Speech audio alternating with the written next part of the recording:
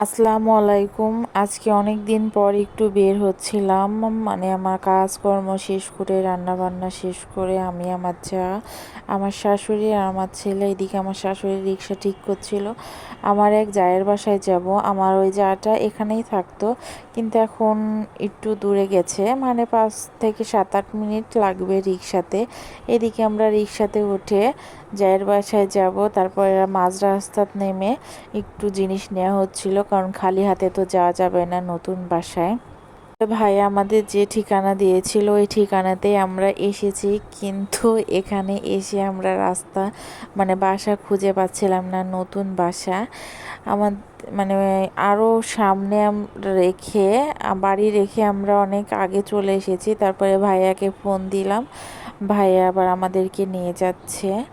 ভাইয়াদের নতুনই ফ্ল্যাটটা কিনে কমপ্লিট হয়ে উঠেছে। আগে আমাদের তো কাছেই হতো, এখন একটু দূরে হয়েছে। আর এই তো ফ্ল্যাটটা এখনও পুরোপুরি কমপ্লিট হয়নি,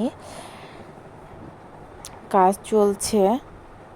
এদিকে আমরা 3 তলাতে উঠে যাচ্ছি, লিফটও ছিল অনেক তালা। তো এটা কত তালা আমার জানা নেই, লিফট ছাড়া তো এটা এখানে ওঠা যাবে না। আমরা সিঁড়িতেই উঠছি, এইদিকে তারা যাবার দেখছে। তারা তো বিশ্বাসই হচ্ছে না যে মানে আমার জায়ের একটা মেয়ে আছে, ওর সাথে খেলে, ওর বড় বোনের মতো।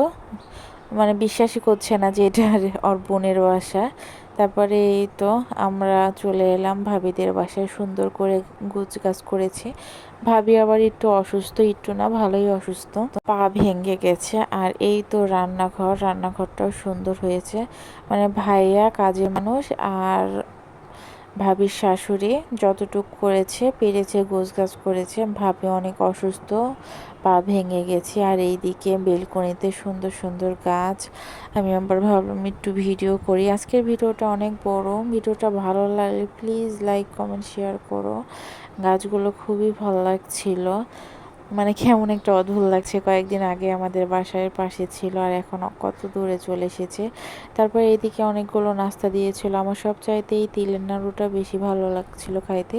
আমি তো 3টা খেয়ে নিয়েছি। কেক দিয়েছিল, বিস্কুট, তরমুজ, কলা, নাস্তা। তারপরে চা ছিল। আমি আর আমার যা খাই না, আমার শাশুড়ি চা খেয়েছিল। আমরা নাস্তা করছি আর গল্প করছি এইদিকে। আর ভাবি আমরা যদি যাই বাসায়, ভাবি অনেক খুশি হয় আর না খেয়ে তো আসতেই দেবে না।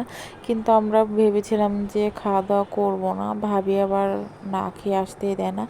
এদিকে আমি আবার ভাবলাম একটু বেগুন ভাজি, মানে ভাবি আন্টি ভাজতে লাগছিল, তা আমি বললাম দিন আমি ভাজি আর আপনি গল্প করেন। তারপরে এই তো আমরা খাওয়া দাওয়া করে মুরগির মাংস, মাছ, বেগুন ভাজি, আলু ভাজি, ঢেঁড়স ভাজি, অনেক আইটেম ছিল। আমাদের খাওয়া দাওয়া হওয়ার পর আর আমরা এখন বের হয়ে যাব। 2 ঘন্টার মতো থাকা হয়েছে। আর এইদিকে গাছগুলো দেখছিলাম আর কচ্ছপের একটু ভিডিও করলাম। আমি যখনই আসি এই কচ্ছপের ভিডিওগুলো করে। কচ্ছপগুলো খুবই সুন্দর।